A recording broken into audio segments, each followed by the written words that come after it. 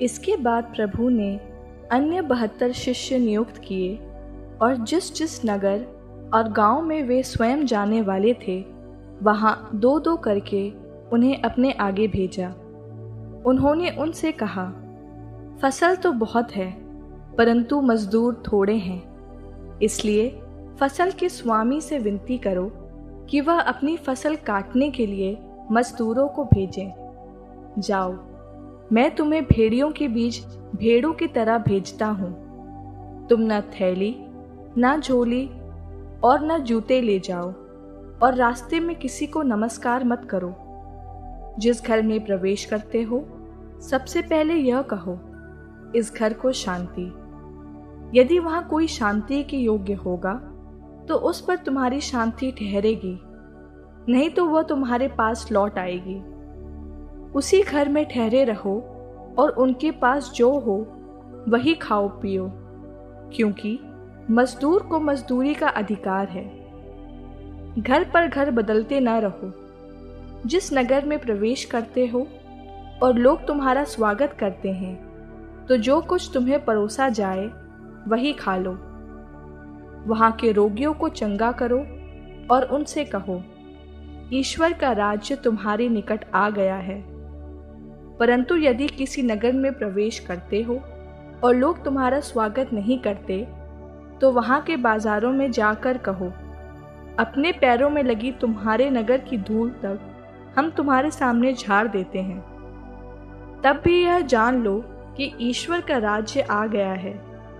मैं तुमसे यह कहता हूँ, न्याय के दिन उस नगर की दशा की अपेक्षा सोदोम की दशा कहीं अधिक सहनीय होगी। धिक्कार तुझे खोराजिन, धिक्कार तुझे बेतसाइदा। जो चमत्कार तुम में किए गए हैं, यदि वे तीरुस और सिदोन में किए गए होते तो उन्होंने न जाने कब से टाट ओढ़कर और भस्म रमाकर पश्चाताप किया होता। इसलिए न्याय के दिन तुम्हारी दशा की अपेक्षा तीरुस और सिदोन की दशा कहीं अधिक सहनीय होगी। और तू कफरनाहूम, क्या तू स्वर्ग तक ऊंचा उठाया जाएगा? नहीं, तू अधोलोक तक नीचे गिरा दिया जाएगा। जो तुम्हारी सुनता है वह मेरी सुनता है, और जो तुम्हारा तिरस्कार करता है वह मेरा तिरस्कार करता है। जो मेरा तिरस्कार करता है वह उसका तिरस्कार करता है जिसने मुझे भेजा है। 72 शिष्य सानंद लौटे और बोले, प्रभु, आपके नाम के कारण अब दूत भी हमारे अधीन होते हैं। ईसा ने उन्हें उत्तर दिया, मैंने शैतान को बिजली की तरह स्वर्ग से गिरते देखा। मैंने तुम्हें सांपों, बिच्छुओं और बैरी की सारी शक्ति को कुचलने का सामर्थ्य दिया है। कुछ भी तुम्हें हानि नहीं पहुंचा सकेगा। लेकिन इसलिए आनंदित न हो कि अब दूत तुम्हारे अधीन है, बल्कि इसलिए आनंदित हो कि तुम्हारे नाम स्वर्ग में लिखे हुए हैं।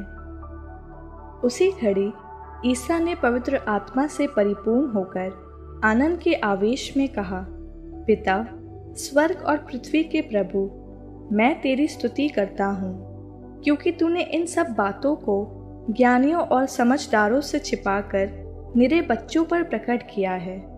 हाँ पिता, यही तुझे अच्छा लगा। मेरे पिता ने मुझे सब कुछ सौंपा है।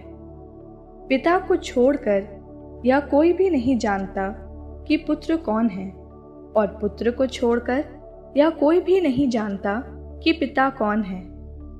केवल वही जानता है जिस पर पुत्र उसे प्रकट करने की कृपा करता है। तब उन्होंने अपने शिष्यों की ओर मुड़कर एकांत में उनसे कहा, धन्य हैं वे आंखें जो वह देखती हैं जिसे तुम देख रहे हो, क्योंकि मैं तुमसे कहता हूँ, तुम जो बातें देख रहे हो उन्हें कितने ही नबी और राजा देखना चाहते थे, परंतु उन्होंने उन्हें नहीं देखा। और जो बातें तुम सुन रहे हो वे उन्हें सुनना चाहते थे, परंतु उन्होंने उन्हें नहीं सुना।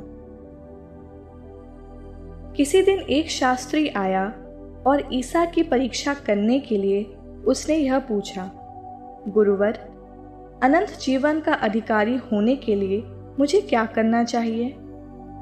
ईसा ने उससे कहा, संहिता में क्या लिखा है? तुम उसमें क्या पढ़ते हो? उसने उत्तर दिया, अपने प्रभु ईश्वर को अपने सारे हृदय, अपनी सारी आत्मा, अपनी सारी शक्ति और अपनी सारी बुद्धि से प्यार करो और अपने पड़ोसी को अपने समान प्यार करो। ईसा ने उससे कहा, तुमने ठीक उत्तर दिया, यही करो और तुम जीवन प्राप्त करोगे। इस पर उसने अपने प्रश्न की सार्थकता दिखलाने के लिए ईसा से कहा, लेकिन मेरा पड़ोसी कौन है? ईसा ने उसे उत्तर दिया, एक मनुष्य यरूशलेम से यरीको जा रहा था और वह डाकुओं के हाथों पड़ गया। उन्होंने उसे लूट लिया, घायल किया और अधमरा छोड़कर चले गए। संयोग से एक याजक उसी राह से जा रहा था और उसे देखकर कतरा कर चला गया। इसी प्रकार वहां एक लेवी आया और उसे देखकर वह भी कतरा कर चला गया। इसके बाद वहां एक समारी यात्री आया और उसे देखकर उसको तरस हो आया। वह उसके पास गया और उसने उसके घावों पर तेल और अंगूरी डालकर पट्टी बांधी। तब वह उसे अपनी ही सवारी पर बैठाकर एक सराय ले गया और उसने उसकी सेवा शुश्रूषा की। दूसरे दिन उसने 2 दिनार निकालकर मालिक को दिए और उससे कहा, आप इसकी सेवा शुश्रूषा करें। यदि कुछ और खर्च हो जाए तो मैं लौटते समय आपको चुका दूंगा। तुम्हारी राय में उन तीनों में कौन डाकुओं के हाथों पड़े उस मनुष्य का पड़ोसी निकला? उसने उत्तर दिया, वही जिसने उस पर दया की। ईसा बोले, जाओ तुम भी ऐसा करो। ईसा यात्रा करते करते एक गांव आए और मर्था नामक महिला ने अपने यहाँ उनका स्वागत किया। उसकी मरियम नामक एक बहन थी जो प्रभु के चरणों में बैठकर उनकी शिक्षा सुनती रही। परंतु मर्था सेवा सत्कार के अनेक कार्यों में व्यस्त थी। उसने पास आकर कहा, प्रभु, क्या आप यह ठीक समझते हैं कि मेरी बहन ने सेवा सत्कार का पूरा भार मुझ पर ही छोड़ दिया है? उससे कहिए कि वह मेरी सहायता करे। प्रभु ने उसे उत्तर दिया, मर्था मर्था, तुम बहुत सी बातों के विषय में चिंतित और व्यस्त हो, फिर भी एक ही बात आवश्यक है। मरियम ने सबसे उत्तम भाग चुन लिया है, वह उससे नहीं लिया जाएगा।